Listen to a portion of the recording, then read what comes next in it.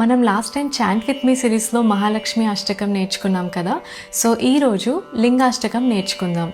So same ఈ chant with me సిరీస్లో కూడా నేను చెప్తాను, నా తర్వాత రిపీట్ చేయండి. అండ్ ఎండ్లో దీని మీనింగ్ ఏంటో కూడా తెలుసుకుందాం. బ్రహ్మమురారి సురార్చితలింగం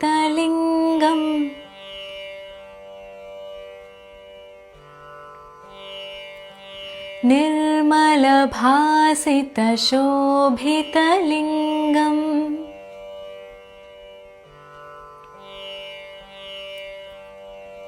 जन्मजदुःखविनाशकलिङ्गम्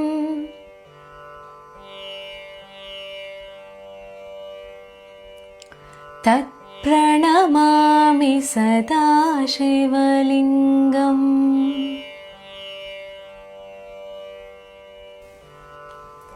ఏ లింగమును బ్రహ్మ ఇంద్రాది దేవతలు పూజించుదురో, ఏ లింగము నిర్మల కాంతితో ప్రకాశించనో, ఏ లింగము జన్మ నుంచి కలిగే బాధలను తొలగించగలదో అటువంటి సదాశివలింగమును హృదయంతో ఎల్లప్పుడూ భజించెదను.